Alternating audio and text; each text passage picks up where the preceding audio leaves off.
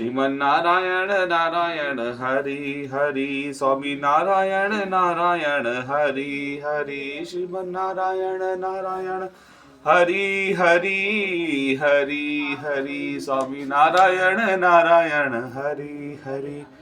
आज श्री सत्यनारायण व्रत कथा प्रथम अध्याय। एक बार निमिषारण्य में एकत्र आर्य व्रत के 88,000 महर्षियों ने मुनि श्रेष्ठ श्री सूत जी से पूछा, हे मुनि श्रेष्ठ, कलयुग में मनुष्य अवैध विधान और धर्म विरोध आचरण करते हुए पापों के बोझ के तले दबता जा रहा है। अतः हे मुनि श्रेष्ठ, मनुष्य कल्याण हेतु ऐसा कोई उपाय बताइए जिससे मनुष्य को पूर्ण लाभ हो। तब श्री सूत जी ने कहा, हे ऋषियों, आपने विश्व कल्याण के लिए अच्छा पसंद किया है। अब मैं उस मंगलकारी व्रत का वर्णन करूंगा जिसके संबंध में एक बार ब्रह्म श्री नारद जी ने भी भगवान लक्ष्मी नारायण से पूछा था और उन्होंने नारद जी से जो कथा कही थी आप उसे सुने। ब्रह्म श्री नारद जी मानव कल्याण की इच्छा से विभिन्न लोगों का भ्रमण करते हुए पृथ्वी लोक में पहुंचे। वहां अपने अपने कर्मों के अनुसार लोगों को दुखों से पीड़ित देखकर वे बहुत व्यतीत हुए और मन में विचार करने लगे कि इन प्राणियों के दुख का निर्वाण कैसे होगा। जब वह कोई उपाय न सोच सके तो विष्णु भगवान के सामने उपस्थित हुए। वहां नारद जी ने श्वेत वर्ण और 4 भुजा वाले शंख चक्र गदा और पद्म से सुसज्जित देवों के ईश विष्णु भगवान की स्तुति करते हुए कहा, हे नारायण, आप सर्वशक्तिमान व सृष्टि के पालन करता है। आपका कोई आदि मध्य और अंत नहीं है। आप सृष्टि के कण कण में विद्यमान हैं और अपने भक्तों की मंगल कामनाएं पूरी करने वाले हैं। मैं आपको नमस्कार करता हूँ। नारद जी की इस प्रकार की स्तुति सुनकर विष्णु भगवान मुस्कुराते हुए बोले, हे मुनिवर, निसंकोच होकर आने का कारण बताइए। तब नारद जी ने कहा, पृथ्वी लोक के प्राणी अपने अपने कर्मों के अनुसार विभिन्न योनियों में रहते हुए दुखों से पीड़ित हैं। मुझ पर कृपा करते हुए ऐसा कोई उपाय बताइए जिससे उनका दुख नष्ट हो सके। तब विष्णु भगवान ने कहा, हे नारद, अब मैं ऐसे व्रत का वर्णन करने जा रहा हूँ जिसे करने से विश्व के सभी स्त्री पुरुषों को पापों से मुक्ति मिलेगी। निर्धनता नष्ट होने से मनुष्य आनंद पूर्वक जीवन यापन करेगा। श्री सत्यनारायण भगवान के इस व्रत को करने से उसकी सभी मंगल कामनाएं पूरी होंगी। नारद जी ने जब व्रत का हेतु विधि विधान की जानकारी चाहिए तो नारायण बोले, मनसा कामा वर्चना से शुद्ध होकर मनुष्य भक्ति एवं श्रद्धा भाव से किसी भी दिन यह व्रत कर सकता है। निवेद आदि भक्ति भाव से अर्पित कर ब्राह्मणों को भोजन कराएं व दक्षिणा दें। इस प्रकार श्री सत्यनारायण भगवान की आराधना से सभी कष्टों का मुक्ति पाकर वह धन संपन्न हो सुखी होकर आनंद पूर्वक जीवन व्यतीत करें। श्रीमन नारायण नारायण हरि हरि, स्वामी नारायण नारायण हरि हरि, श्रीमन नारायण नारायण हरि हरि। द्वितीय अध्याय। श्री सूत जी बोले, हे ऋषियों मुनियों, अब मैं आपको उस निर्धन ब्राह्मण की कथा सुना रहा हूँ जिसने श्री सत्यनारायण भगवान का सबसे पहले व्रत किया। प्राचीन समय में वह निर्धन ब्राह्मण काशी में रहता था। भिक्षा मांगकर वह अपना जीवन यापन कर रहा था। ब्राह्मण की दुर्दशा देखकर ब्राह्मणों से प्रेम करने वाले श्री सत्यनारायण भगवान ने एक दिन बूढ़े व्यक्ति का रूप परिवर्तित कर उसके पास जाकर आदर से पूछा, हे ब्राह्मण देवता, तुम इस तरह घर घर भिक्षा मांगकर अनेक कष्टों को सहन करते हुए कैसे जीवन यापन कर रहे हो। दरिद्र ब्राह्मण ने कहा, हे मित्र, आय का कोई साधन न होने के कारण मैं भिक्षा मांगकर अपना जीवन यापन कर रहा हूँ। निर्धन ब्राह्मण की बात सुनकर बूढ़े व्यक्ति ने कहा, हे मित्र, श्री सत्यनारायण भगवान का व्रत करने से सभी कष्टों का निवारण हो जाएगा। श्री सत्यनारायण भगवान की पूजा आराधना करने से तुम्हारे सभी मनोकामनाएं पूरी होंगी और तुम्हारे घर में धन संपत्ति की वर्षा होगी। ब्राह्मण को व्रत करने की विधि बताकर सत्यनारायण भगवान अंतर्धान हो गए। निर्धन ब्राह्मण बूढ़े व्यक्ति द्वारा बताए व्रत को करने का निश्चय किया। उस व्रत नींद नहीं आई। वह व्रत करने के बारे में सोचता रहा। रात भर श्री सत्यनारायण भगवान का स्मरण करता रहा। प्रातः उठकर सत्यनारायण भगवान का व्रत रखने का निश्चय करता हुआ निर्धन ब्राह्मण भिक्षा मांगने के लिए निकल पड़ा। उस दिन ब्राह्मण को भिक्षा में बहुत सा धन मिला और घर लौटकर उसने अपने आसपास के लोगों के साथ श्री सत्यनारायण भगवान की पूजा करने व उन्हें व्रत कथा सुनाने के बाद सभी को प्रसाद देकर स्वयं भी प्रसाद ग्रहण किया। कुछ दिनों में ब्राह्मण की निर्धनता दूर हो गई। उसके घर में धन धान्य की वर्षा होने लगी। हे श्रेष्ठ मुनियों, अब मैं आपको उन लोगों की कथा सुनाता हूँ जिन्होंने उस ब्राह्मण से श्री सत्यनारायण भगवान की व्रत की कथा सुनकर यह व्रत किया और उनकी कष्ट दूर हुए। धन संपत्ति से संपन्न उस ब्राह्मण ने हर माह नियमित रूप से व्रत करते हुए अपने अगले माह श्री सत्यनारायण भगवान का व्रत किया तो उस व्रत में बहुत से बंधु बांधव और मित्र सम्मिलित हुए। उसी समय बूढ़ा लकड़हारा वहां से गुजरा। उसे बड़ी प्यास लग रही थी, अतः जल पीने की इच्छा से बूढ़े लकड़हारे ने लकड़ियों के गट्ठर को जमीन पर रखा और घर के आंगन में पहुंचकर उस ब्राह्मण से पूछा, हे ब्राह्मण देवता, आप यह किसका पूजन कर रहे हैं और इस व्रत को करने से क्या लाभ होता है? कृपया करके मुझे सब बताएं। बूढ़े लकड़हारे की बातें सुनकर ब्राह्मण ने कहा, अब मैं अपने बंधु बांधवों और परिचितों के साथ श्री सत्यनारायण भगवान की पूजा कर रहा हूँ। इस व्रत को करने से सत्यनारायण भगवान की अनुकंपा से निरंतर नष्ट होती है और संसार में दुखों से मुक्ति मिलती है। ब्राह्मण से इस देवता ने वर्णन सुनकर बूढ़ा लकड़हारा बहुत प्रसन्न हुआ और मन ही मन सत्यनारायण भगवान का व्रत करने का निश्चय किया।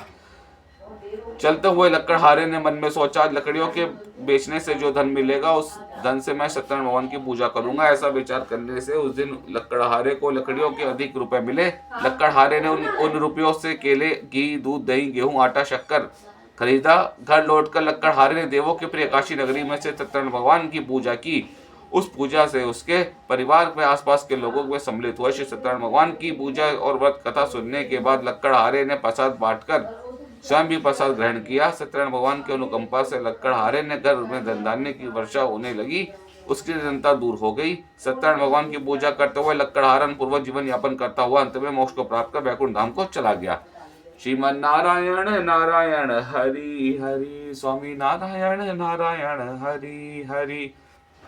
तृतीय अध्याय। श्री सूत जी बोले, हे ऋषि मुनियों, अब मैं आपको आगे कथा सुनाता हूँ। प्राचीन समय में कनकपुर में उल्कामुख नामक एक बुद्धिमान तथा सत्यवादी राजा राज करता था। वह प्रतिदिन मंदिर में जाकर श्री सत्यनारायण भगवान की पूजा करता था और निधनतों को अन्न, वस्त्र और धन दान करता था। उसकी पत्नी सुभद्रा बहुत ही सुशील थी। वह दोनों हर महीने श्री सत्यनारायण भगवान का व्रत करते थे। सत्यनारायण भगवान की अनुकंपा से उनके महल में धन संपत्ति के भंडार भरे थे। उनकी सारी प्रजा बहुत आनंद जीवन यापन कर रही थी। एक बार राजा और रानी बहुत से लोगों के साथ भद्रशील नदी के किनारे श्री सत्यनारायण भगवान की पूजा कर रहे थे।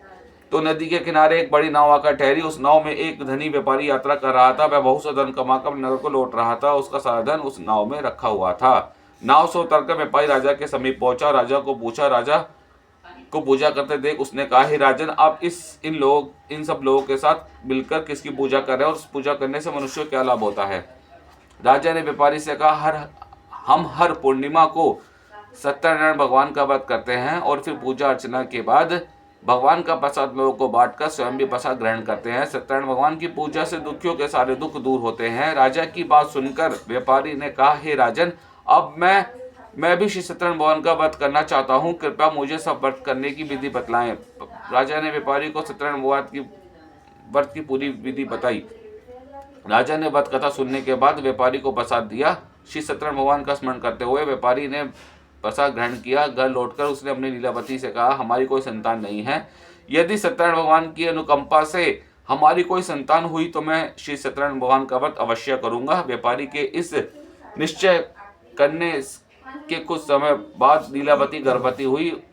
10वें महीने में उसने एक सुंदर कन्या को जन्म दिया। व्यापारी ने पुत्री के जन्म पर बहुत खुशियां मनाई, लेकिन सत्यनारायण भगवान का व्रत नहीं किया। जब वह उसकी पत्नी लीलावती ने अपने पति से व्रत करने के लिए कहा तो वह बोला, अभी क्या जल्दी है, इसका विवाह होगा तो मैं अवश्य ही सत्यनारायण भगवान का व्रत करूंगा।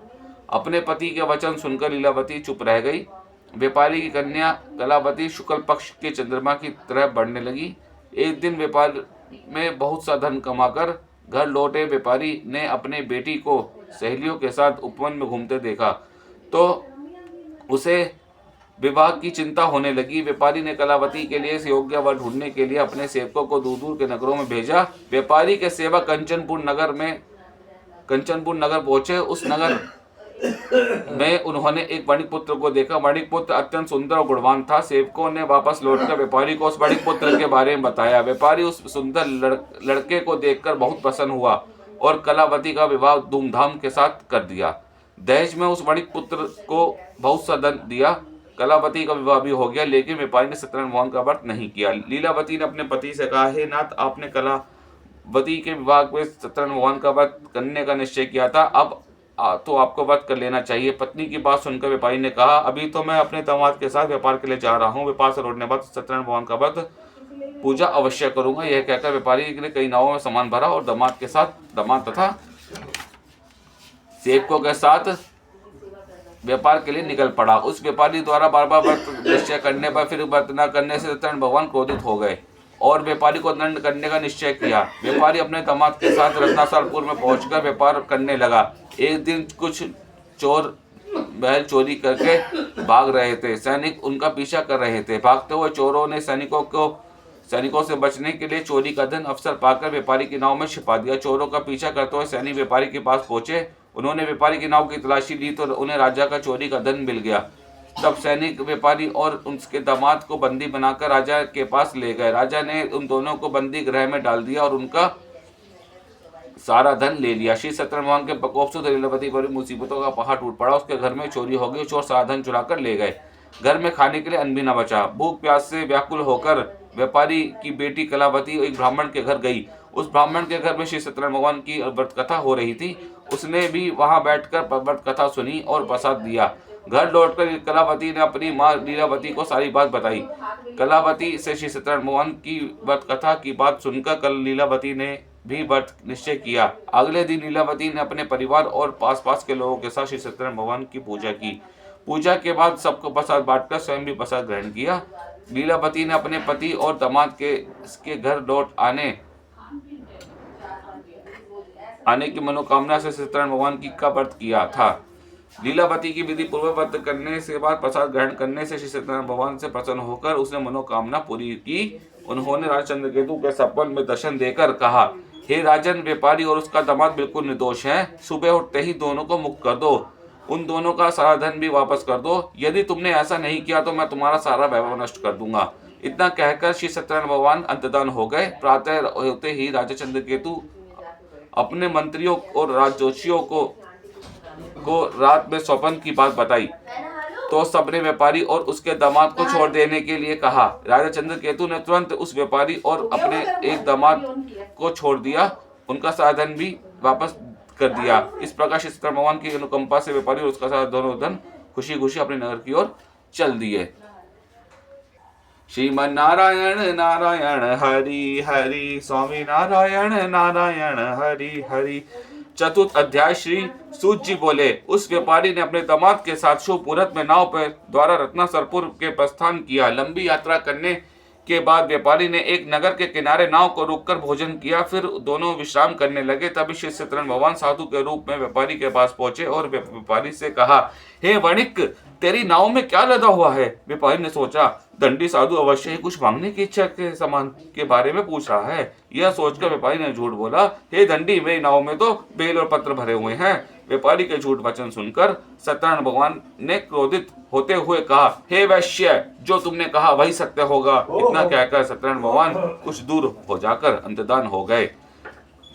उधर व्यापारी दंडी साधु को वहां से खाली हाथ लौटाकर बहुत प्रसन्न हुआ। लेकिन जब व्यापारी ने अपनी नाव में बेल और पत्ते भरे हुए देखे तो विलाप करने लगा और अपना झूठ बोलने का प्रायश्चित करने लगा। रोते रोते व्यापारी मूर्छित हो गया। कुछ देर बाद उसकी मूर्छा नष्ट हुई तो उसके दामाद ने कहा, आप दुखी मत होइए, यह सब उन दंडी साधु के शाप के कारण हुआ है। वह ही दंडी साधु हमें इस विपत्ति से छुटकारा दिला सकते हैं।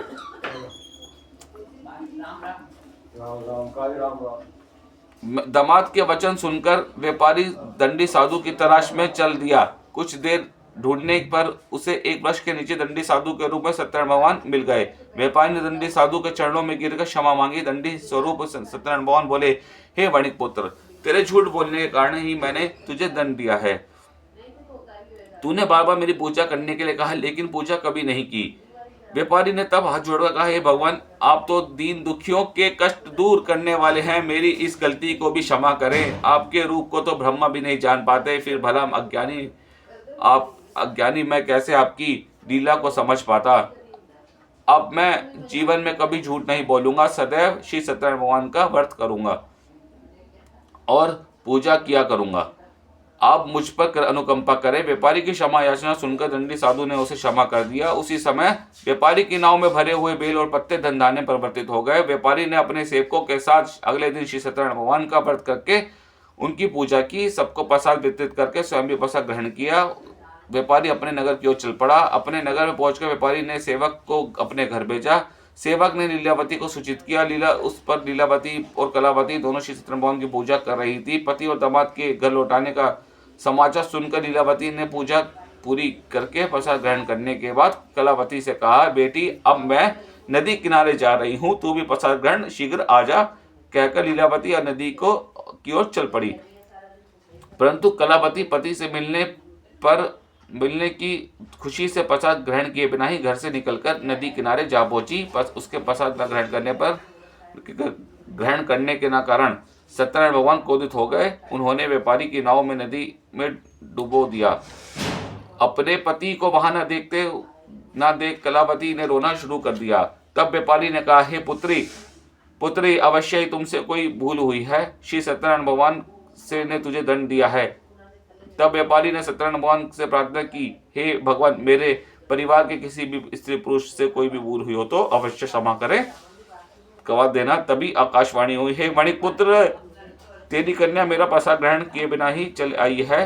यदि अब घर पहुंचकर तेरी कन्या प्रसाद ग्रहण करके वापस आए तो उसे अपने पति के दर्शन होंगे। कलावती ने वैसा ही किया। उसके प्रसाद ग्रहण करके वापस लौटने पर नावे जल के ऊपर आ गई।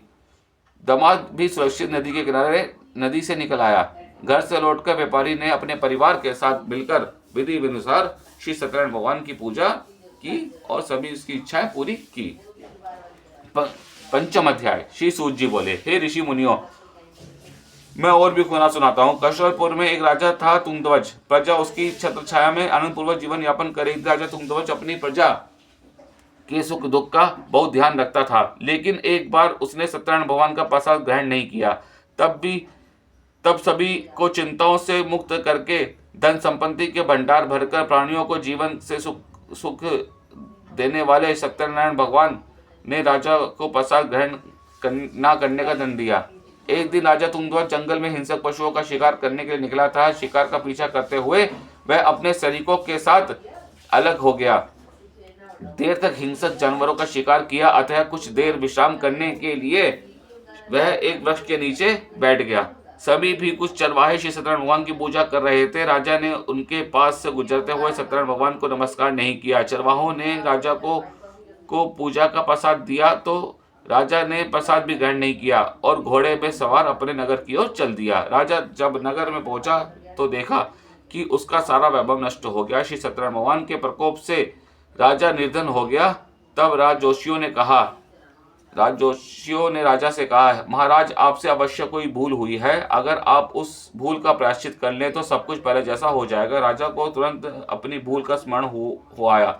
अतः मंदिर में जाकर राजा ने श्री सत्यनारायण भगवान से क्षमा मांगी और उनकी पूजा की।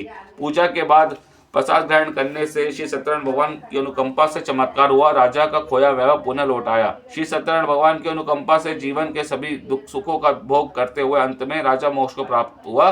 श्री सत्यनारायण भगवान के व्रत की पूजा को जो भी मनुष्य करता है उसके सभी दुख चिंताएं नष्ट होती हैं। सभी मनोकामनाओं को प्राप्त कर मनुष्य मोक्ष को प्राप्त कर सीधे वैकुंठ धाम को जाता है। श्री सूत जी ने कहा, कुछ पल रुककर कहा, हे श्रेष्ठ मुनियों, श्री सत्यनारायण भगवान के व्रत को पूर्व जन्म में जिन लोगों ने किया उन्हें दूसरे जन्म में भी सभी तरह के सुख प्राप्त हुए। वृद्ध संतान ब्राह्मण के पूर्व जन्म में सत्यनारायण भगवान का विधिवत व्रत किया तो दूसरे जन्म में सुदामा के रूप में भगवान की अनुकंपा करते हुए अंत में मोक्ष को प्राप्त कर वैकुंठ धाम को चला गया। उल्का मुख राजा अगले जन्म में राजा दशरथ के रूप में मोक्ष को प्राप्त करके वैकुंठ धाम को चला गया। व्यापारी ने मोध्वज के रूप में जन्म लिया और अपने पुत्र को आरे से चीरकर भगवान की अनुकंपा से वैकुंठ को प्राप्त किया। राजा तुंगध्वज अगले जन्म में मनु के रूप में जन्म लेकर सत्कर्म करते हुए मोक्ष को प्राप्त कर वैकुंठ धाम को चले गए। हे ऋषि मुनियों, श्री सत्यनारायण भगवान का व्रत और पूजा मनुष्य को सभी चिंताओं से मुक्त करके अंत में मोक्ष को प्राप्त प्रदान करता है।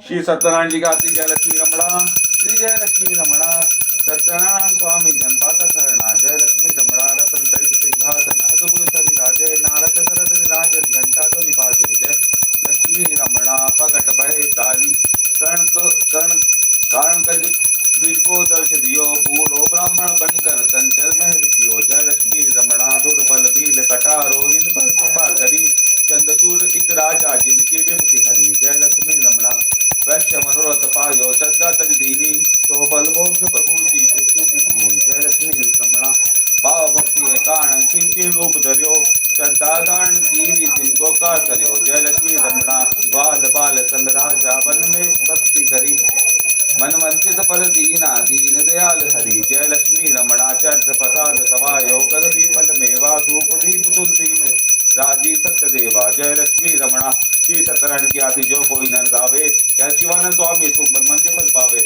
जय लक्ष्मी रमणा श्रीमन नारायण नारायण हरि हरि स्वामी नारायण नारायण हरि हरि श्रीमन नारायण नारायण हरि हरि हरि हरि स्वामी नारायण नारायण हरि हरि श्री कृष्ण गोविंद हरे मुरारी हे नाथ नारायण वासुदेव हे नाथ नारायण वासुदेव हे नाथ नारायण वासुदेव श्री कृष्ण गोविंद हरे मुरारी हे नाथ नारायण वासुदेव हे नाथ नारायण वासुदेव हे नाथ नारायण वासुदेव श्री कृष्ण गोविंद हरे मुरारी हे नाथ नारायण वासुदेव श्रीमन नारायण नारायण हरि हरि स्वामी नारायण नारायण हरि हरि श्रीमन नारायण नारायण हरि हरि हरि हरि स्वामी नारायण नारायण हरि हरि बोलो श्री सत्यनारायण भगवान की जय।